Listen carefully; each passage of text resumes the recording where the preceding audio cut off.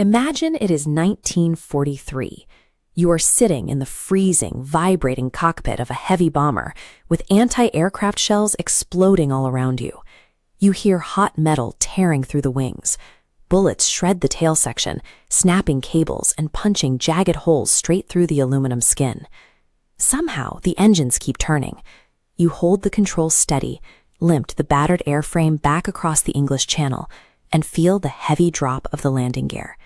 You are safe on the runway, fueled by pure adrenaline and the shock of survival.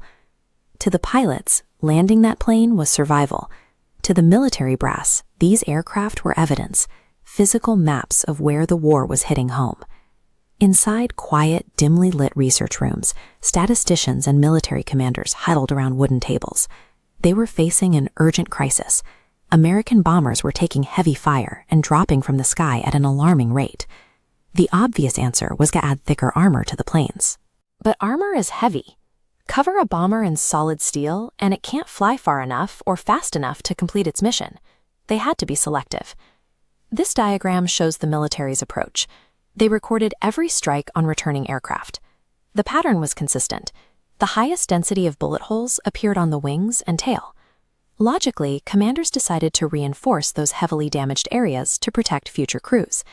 It was a decision based on every piece of evidence they had on the ground. But because of how they collected that data, the resulting plan for armor actually ignored the most lethal threats. A man named Abraham Wald was brought in to review their work. He had fled Austria following the Nazi annexation, arrived at Yale, and eventually joined a research group tasked with applying hard mathematics to military tactics. He stood at the edge of the room and studied the exact same map of bullet holes that the generals were using. But instead of looking at where the dots were, he looked at where the dots weren't. He turned to the officers and asked a question that brought the entire strategy to a halt. Where are the planes that didn't come back? The military had fallen into a statistical trap. By measuring planes parked on the runway, they were studying a severely incomplete dataset.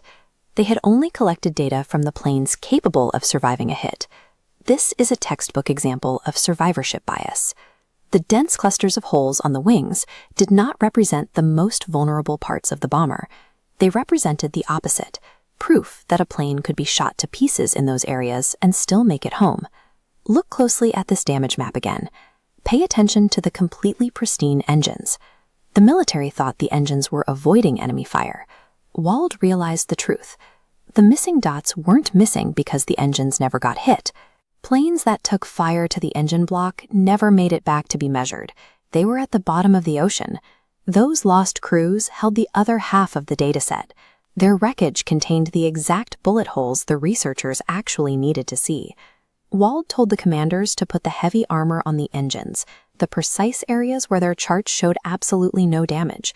The total absence of data was actually a blaring warning sign of a fatal vulnerability.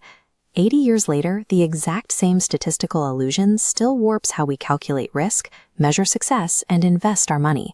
We instinctively study the survivors. We analyze the mutual fund that returned 40% a year to figure out its secret.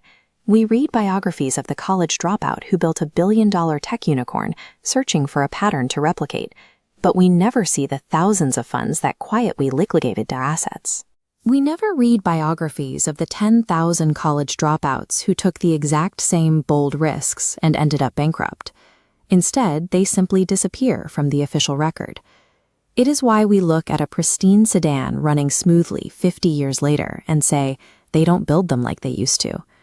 The thousands of structurally identical cars from that same assembly line that rusted into scrap metal aren't on the road to balance the comparison. Whenever you study a list of winners, you are looking at a filtered outcome. Building a financial blueprint based strictly on success stories is exactly like armoring the wings of the bomber.